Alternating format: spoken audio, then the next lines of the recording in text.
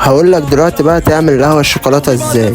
اول حاجة تجيب الكنكة دي، ايوه هي الكنكة دي يا عم، هتلاقيها عند اي حد، وبن شوكولاتة من عند اي مطحن بن، تحط منه 3 معالق بن شوكولاتة، وبعد كده تجيب السكر بتاعك على حسب الرغبة. انا بحط 2 معلقة سكر، حليب بتاعك طبعا مراعي، وانا براعي.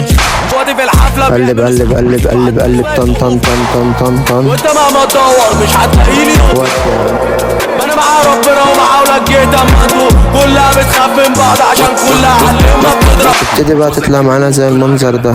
تروح جايب الكوباية بتاعتك صابب، بص يعني شوية قهوة موت موت يا صاحبي. بص